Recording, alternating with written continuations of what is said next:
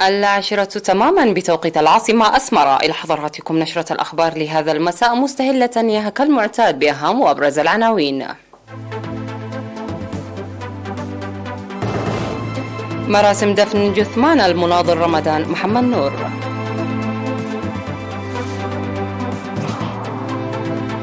تنفيذ أعمال مشجعة لتوسيع الاستفادة من السمك في القاش بركة. إصابة 23 مواطن بفيروس كورونا اليوم. اندلاع حريق ضخم في مبنى البرلمان بمدينة كيب تاون بجنوب أفريقيا. قرارات إسرائيلية على مواقع في غزة عقب إطلاق صاروخين من القطاع. فرنسا تترأس الاتحاد الأوروبي.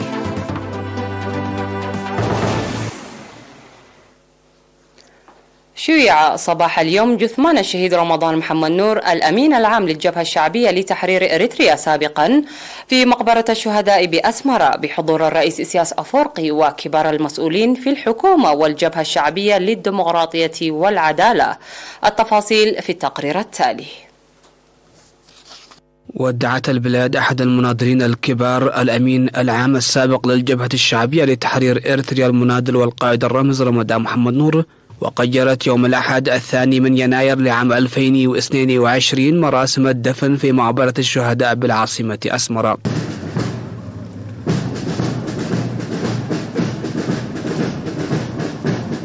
وقدمت في مراسم الدفن التي جرت بحضور فخامة الرئيس إسياس أفورقي وكبار المسؤولين في الحكومة والجبهة الشعبية للديمقراطية والعدالة وقادة الجيش ورجال الدين وزويه ورفاقه، قدمت نبذة قصيرة عن تاريخ حياة المناضل الشهيد رمضان محمد نور. أوضح فيها بأن المناضل المغوار التحق بصفوف الثورة في العام 1964 وعمل في جبهة التحرير الإريتريا مسؤولا للمنطقة الرابعة، وقد قضى 57 عاما من عمره البالغ 83 سنة في النضال التحرري وإعمار البلاد، وكان قائدا وفيا ونموذجيا.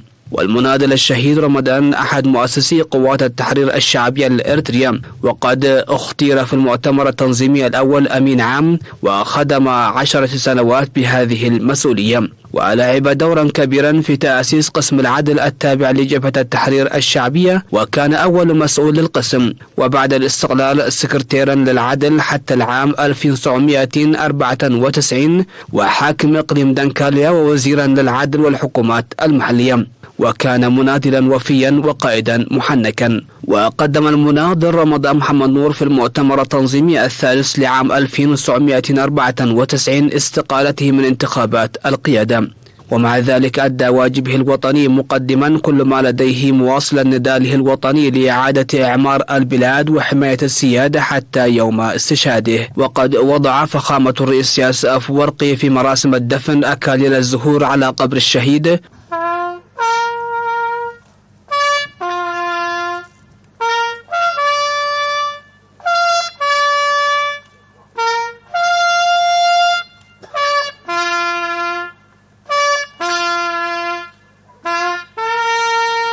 فيما وضع باسم الجبهة الشعبية للديمقراطية والعدالة السيد يماني قبراب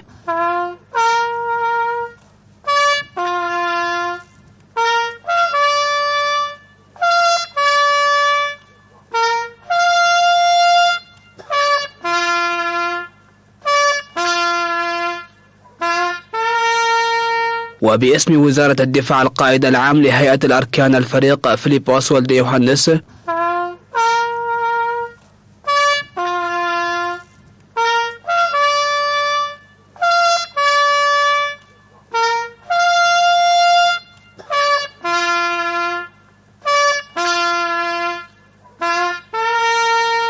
وباسم أسرته ابنه كامل رمضان محمد نور.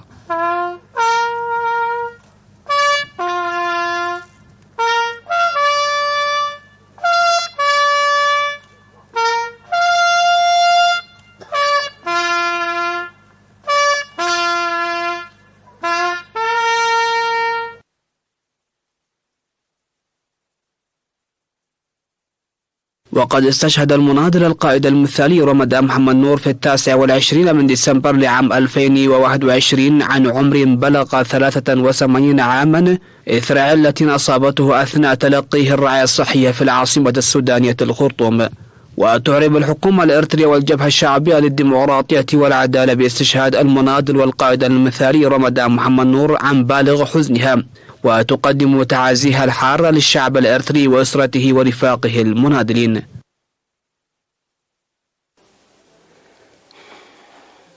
أفاد مكتب وزارة الثروة البحرية في إقليم الكاشبركة بالاجتماع التقييمي الذي عقده في مدينة بارنتو من 28 وحتى 30 من ديسمبر تنفيذ أعمال مرضية لتوسيع الاستفادة من الأسماك في الإقليم. وقدم مسؤول المكتب السيد مكونن قرماي توضيحا حول أنشطة التوعية المنفذة لاستخدام السمك في الغذاء ونمو الأسماك المزروعة في السدود، وأشار إلى وجود جمعيات صيد الأسماك وتقوم وزارة الثروة البحرية بالتعاون لتطويرها وضمان الاستغلال الجيد للأسماك في المجتمع. من جانبه أوضح مسؤول تنمية الأسماك السيد برهان تخلي أن الجهود تبذل لتقوية نقاط تنمية الأسماك في إقليم الكاشبركة وإدخال أدوات الصيد التي تسهم لسد احتياجات السوق من السمك. وأشار مسؤول مراقبة جودة الأسماك السيد تسفاهي والتسفاتين إلى وجود برنامج لزرع الأسماك في جميع السدود. وذكر أعضاء جمعية صيد الأسماك تنامي الوعي المجتمعي لتغذية بالأسماك داعين لتوفير مستمر لأدوات الصيد.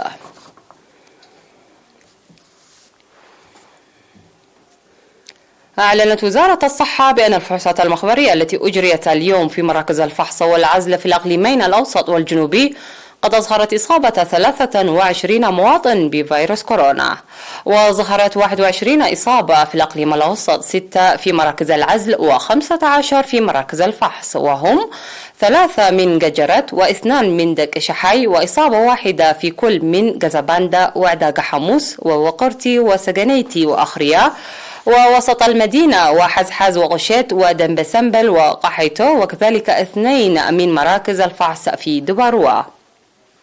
في غضون ذلك شفي 10 مريضا كانوا يتلقون الرعاية الصحية في مستشفيات الإقليم الأوسط، وبهذا بلغ عدد المصابين بفيروس كورونا في البلاد حتى الآن 8940، شفي منهم 7773، وتوفي 76 مريضا، فيما لا يزال 200 من المرضى يتلقون العلاج بالمستشفيات.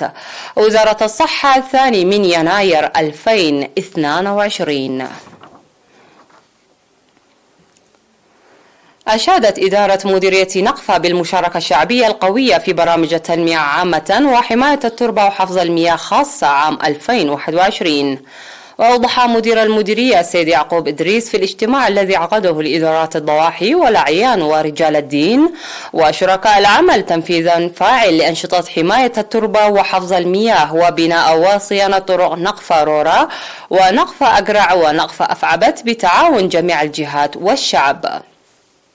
وذكر صيانة البنى التحتية للزراعة المروية في ماريت وأقرع والقيام بأنشطة إصحاح البيئة، مشيرا إلى الدفع بهذه الأعمال قدما في عام 2022. وطالب الاجتماع لتوفير الآليات لصيانة الطرق في مناطقهم لكونها أصبحت فوق قدرتهم، والاهتمام بغرف انتظار الحوامل في المؤسسات الصحية وقدم سيارات الإسعاف وتعزيز دور أولياء الأمور لرفع المشاركة في التعليم.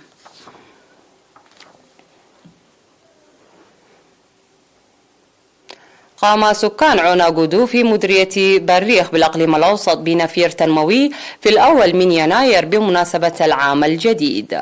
وأوضح مدير ضاحية قشت التي تقع فيها القرية السيد تسفى ألم تخلى هيمانوت أن النفير له مضمون كبير لكونه جرى في المكان الذي كان ينفذ فيه نظام الدرج الاستعماري لإعدام على المناضلين الأسرى والمنظمين في الداخل. وأشار إلى وجود برنامج لجمع رفات الشهداء الموجودة في المنطقة ودفنها في مقبرة الشهداء وبناء سور لمقبرة الشهداء. ودعت سكرتير الجبهة الشعبية للديمقراطية والعدالة في المديرية السيدة رهوة قلتا لمشاركة كافة الجهات في أنشطة جمع رفات الشهداء. وأشاد مدير مديرية بريخ السيد تسفوف السهاتين بالنفير المنظم بمناسبة العام الجديد، وأكد على تقديم إدارة المديرية كل المطلوب لجمع رفات الشهداء.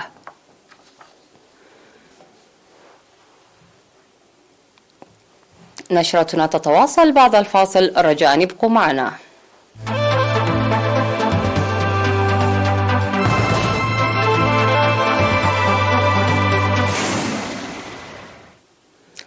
اندلع حريق ضخم في بناية برلمان جنوب أفريقيا في مدينة كيب تاون مسببا أضرارا جسيمة. وظهر في لقطات فيديو عمود دخان أسود متصاعد وألسنة لهب ضخمة تشق سطح البناية. وزار رئيس جنوب أفريقيا سيريل رامافوزا الموقع ووصف الحريق بأنه حدث مفزع ومدمر، وقال إن الشرطة احتجزت رجلا وتقوم بالتحقيق معه.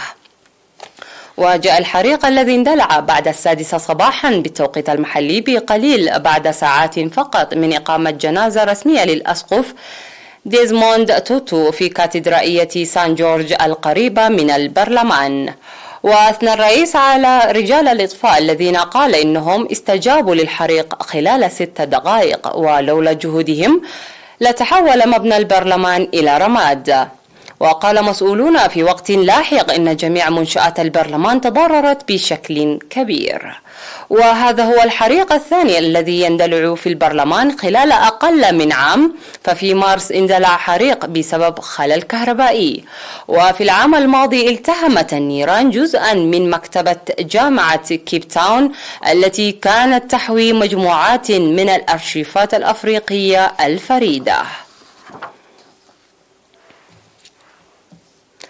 شن الجيش الإسرائيلي قارات ليلية استهدفت مواقع في غزة ردا على إطلاق صاروخين من القطاع. وقال الجيش الإسرائيلي إنه ضرب أهدافا إرهابية في غزة، مضيفا أن أهداف جنوبي القطاع شملت مجمعا استخدمه مسلحو حركة حماس لتصنيع الصواريخ بحسب قوله.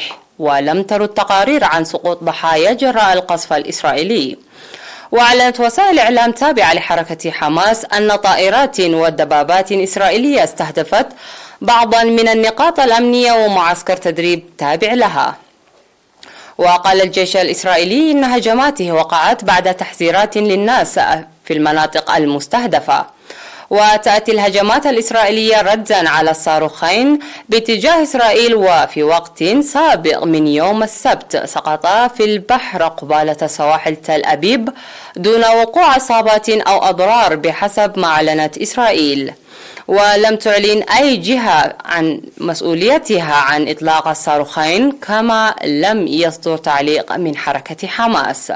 ومنذ توصل الطرفان إلى اتفاق لوقف إطلاق النار أطلقت 5 صواريخ من غزة باتجاه إسرائيل بحسب تقرير سنوي للجيش الإسرائيلي صدر في 29 من ديسمبر المنصرم. ختام النشرة اسمحوا لي أن أذكركم بأهم ما جاء فيها.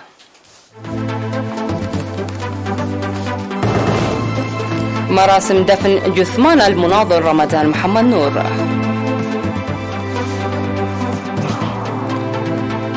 تنفيذ أعمال مشجعة لتوسيع الاستفادة من السمك في القاش بركة. إصابة 23 مواطن بفيروس كورونا اليوم. اندلاع حريق ضخم في مبنى البرلمان بمدينة كيب تاون بجنوب أفريقيا. قارات إسرائيلية على مواقع في غزة عقب إطلاق صاروخين من القطاع. فرنسا تترأس الاتحاد الأوروبي. أشكركم على حسن المتابعة والاستماع. إلى اللقاء.